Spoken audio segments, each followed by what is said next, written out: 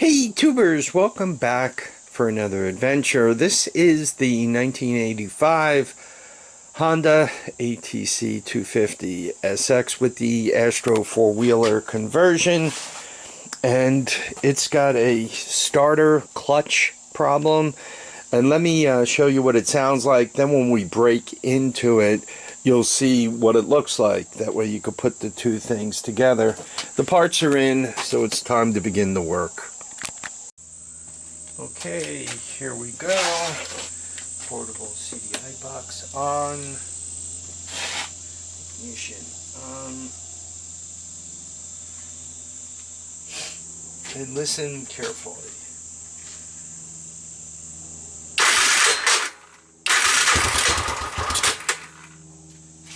It doesn't sound very good.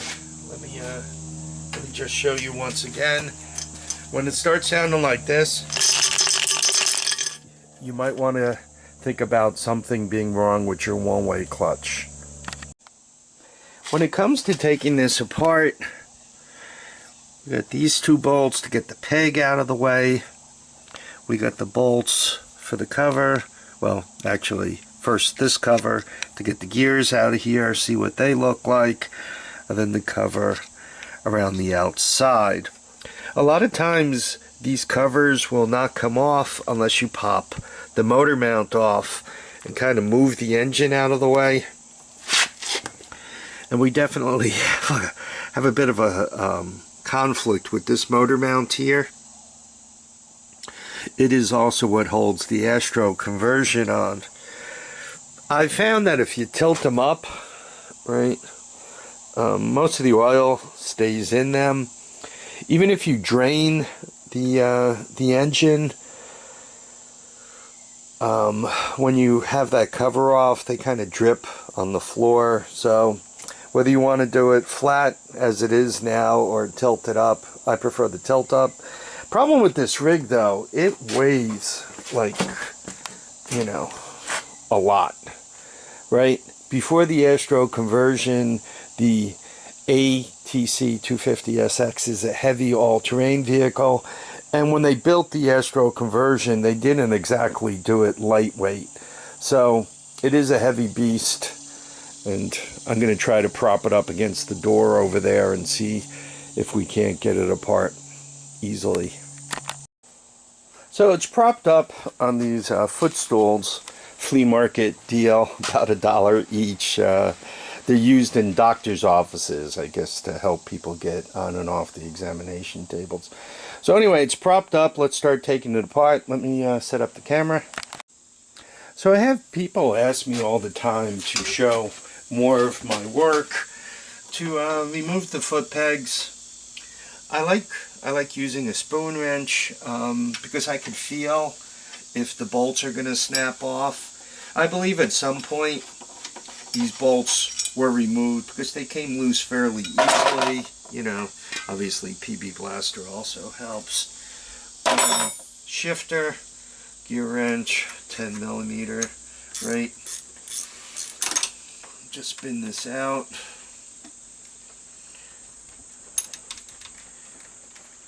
Generally speaking, I tend to use my fingertips a lot. Not really the best thing, because a lot of times bolts get very sharp, and then they kind of mess up your fingers. You're actually kind of driving metal into your fingers, and just one of the hazards of the job.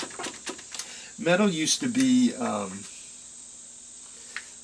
tougher, harder, so you didn't end up with all the little slivers sticking out. Nowadays, you know, they use the softer metal, so as you give it the old spin, you have a tendency to put burrs on it, and that messes your fingers up. The oil also gets into all those mini wounds and makes things kind of nasty. I have a lot of friends that wear gloves, and if you can actually get into the habit, it's not a bad thing. I'm an old mechanic, so I have a tendency to go by feel. Okay, I'm going to pull the cover off the starter gears. And you know, it's always interesting. You kind of remember back to the characters you worked with over the years. I used to work with this guy, Ralph, great guy. And he had this hang up about putting his tools away. And it was really annoying because if I was working with him, right, you didn't bring in 2 toolboxes, you would just kind of use the toolbox that was there. So if I was working with him, I'd be using his tools. And the annoying thing is, like, I'd put this down to spin these out, and he would pick it up, take the socket out of it, and put everything away. And, you know, then I'd yell at him, Ralph, can't you see I'm, like, using that? And where I am in the process, I don't want to lose my tools. So, if anybody's worked, you know, with a crew of maintenance guys, you begin playing games with each other. He also used to like to write his name on all the tools, Ralph, Ralph, Ralph, everywhere. So we went through all the other technicians' toolboxes and wrote Ralph on their flashlights. So he'd be passing through one of the cores, and he would see a flashlight with his name written on it, and he would take it. Well, as time passed, he couldn't close his toolbox because they were filled with everybody else's flashlight. And the rest of the crew, they wanted to kill him because he, like, stole all the flashlights. I mean, it was just hilarious to hear them fight. And the other engineer and I, who used to take great pride in doing this, we used to basically sit there and laugh. So, games people like to play. Anyway, I'm going to get these gears out of here and take a look at this grinding mess. Right, see how much trouble we're in. Actually, they don't look, oh, they do look horrible. Okay, let me show you. Hang on! See the way that's chipped out? Right, these gears are done. Okay, I skipped a few steps, sorry about that. Obviously, 2 bolts, starter slides out. I showed you one of the gears were stripped, motor mounts, bang, bang. And then one down here I had to loosen up, and I think, yeah, there's one more right there. I had to kind of lift up the engine a little bit, took the bolts out from around the cover, placed them in the pan, you know, in the circle to where they go, right? And you're able to wiggle this out. Try to keep your gear shift assembly where it is, right? You don't want to pluck that out. It could be a little annoying putting back together. When you do take it apart, make sure there are no flat washers or anything that fall in here. Yeah, I spilled oil on the floor. I hate that. And now that we're all the way to this point, what should you be noticing? First of all, what do you think of that starter gear? So, it needs a starter, and it needs this, right? And if you listen to this is the one-way clutch, right? If you try to go this way, right, you turn the engine over. If you try to go the other way, it spins. But if you listen,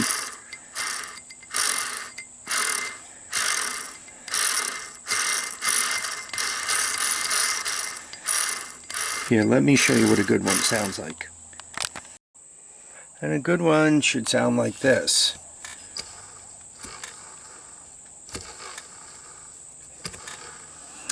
It spins a lot longer, and you can't see it, but as I'm giving it a flick, I'm not getting any movement like that. Time and date if anybody cares. So this is an ND flywheel, just like the one that's on there. So theoretically I can pop this one right off and put it on and call it good. But I also bought this one-way clutch.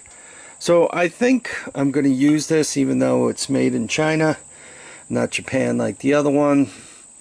This is a new one made in China. That one's one made in Japan about 35 years ago, right? You figure out which one is better. Anyway, let me get that flywheel off and then we'll move forward. Getting the flywheel off, not hard. you know, impact hammer. I set this to the lowest torque setting, and right, I had already loosened that, so it was no big deal to get it out. So that's one thing. Flywheel pullers. I maintain a collection of these things. And you bring that in. This, once again, all the bolts so far have loosened as they should. Loosened counterclockwise, tighten clockwise. So what you're going to do is actually tighten this puller in. And you see how easy it popped right off. When you put the flywheel back on, and I'm going to mention again as I put it together, but just in case I forget, don't tighten the flywheel too much. If you do, you put unnecessary stress on the engine. Now, the clutch actually resides right here. This is just a gear that is on the crankshaft, and it doesn't do anything without the clutch. The clutch actually allows it to grab the flywheel and go in one direction or the other. Unfortunately, the characters I bought the clutch from sent me the wrong one. If you can look at it, the one they sent me is a lot smaller. The one that was on there. These flywheels are made by two different people. This one is made by, see that, ND Japan? Okay, and there's one made by D-E-N, Denzin, Desai, D somebody, Denzin. The older ones are these NDs. The new ones are the D-size, Densai, something like that. This is an older one. The clutch they probably sold me is for a newer flywheel. So I have to get on eBay and crank on them that they sent me the wrong one. They did not specify what flywheel it would work with. So I just ordered it. That's like a $25 expenditure. Next thing is going to happen. Looks like I am going to have to steal this flywheel and clutch because I want to get this put together. I don't want to be fooling around with this forever. I also have another couple of engines downstairs that I'm going to take a quick look at to see what they are and to see what the clutch sounds like. That clutch doesn't sound bad, but if there's a better one, I just as soon use it. On these older machines, you run into trouble, especially, I think they only use this ND flywheel for 1 year, right? And to say, oh, well, just go to the Densai. The problem is the coil assembly is different. I believe the Densai flywheel is a little tighter than this, so to speak. The diameter's a little less. So as you put this cover on, it will go on, but then it'll act like the engine is seized, right? Because it's actually a press fit. And by the way, it's somewhat of a bear to get it off again. Ask me how I know. So my suggestion, well, you're kind of screwed, quite honestly. Let's use those words, because if you find yourself in here and you can't get a starter clutch, that means you got to change the flywheel to the Densai. Then you got to change the stator to a Densai. That way they match. Plus, you probably wouldn't be fooling around in there if your gears weren't all screwed up. So you're probably looking at the flywheel stator combo plus the starter. If you decide to throw a clutch on there and a gasket, you're looking at $300–400. So this isn't an amateur game when it comes to money. Those are eBay prices. It might cost you more probably will cost you more, right? Starters 60. That drive gear, just the outside gear, not all the gears, I think is another 60. That puts you at 120. And then I think they're going to get you for somewhere around $100 for the flywheel and another 100 for the stator. I mean, put all those numbers together. Once again, you can find yourself, you know, 3, 4 and change very quickly. So luckily in my case I have some parts, so I gotta dig them up. Anyway, I think I'm gonna stop here for the time being. You guys will see this again shortly. You could tell, by the way, somebody's been in here. You can see the gasket is not OEM, and you got the, you know, black gasket material of death right there. So by the way, for anybody who loses spark on one of these things, see these connectors here, right? They actually plug in. They're bolt connectors. They're known to go bad too. And these pulse generators, not that I've seen a lot of them go bad, but I have seen a bad one. And considering I don't have like 100 big reds floating around, to see one means there's probably more than one out there. Anyway, let me dig up some parts and we'll go forward. So it is reassembly time, right? I borrowed the parts from the engine in the corner here. I put the flywheel on. I made sure I oiled the bearings well and the clutch and so forth, and it's nice and quiet. So that's all done. I made sure the flywheel is tight enough but not too tight, right? I made sure it's seated. So this is done. Before I put it back together, I'm just taking a few moments to ohm out to make sure that nothing is shorted and that the wires are continuous, because this is a little ratty here and everything appears to be good. So at this point, quite honestly, I'm ready to put this cover back on. I'm going to use the old gasket, and quite honestly, that's kind of a bit of a habit from my youth. Whenever possible, if the gasket looks good, I use it again. I am going to oil it up. I put a little oil on it. That tends to help it seal better, and it makes sure it stays put, right? None of it is floating around. The oil, the surface tension has a tendency to hold the gasket in place. So we are basically in reassembly. Once again, whenever one works on an engine, and I can't show you every single spot everywhere, and if you're working on a little different engine, obviously things will be different. But just pretend you're a moving surface, and all moving surfaces like to be oiled. So look for them and oil them. Running low on memory for this card, so let's wrap this up. I put the starter on, obviously, the covers, oiled everything where it needed to be oiled, and before I completely put it together, the side pegs and everything else, I just want to give it a quick turnover. I'm not going to start it, but I do want to turn it over just to make sure that it's going to not sound horrible, right?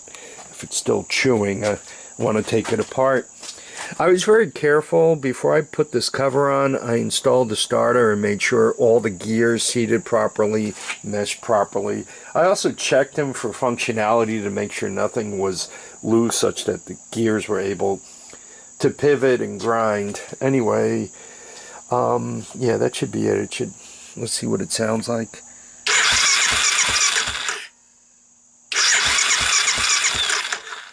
So obviously it sounds much better.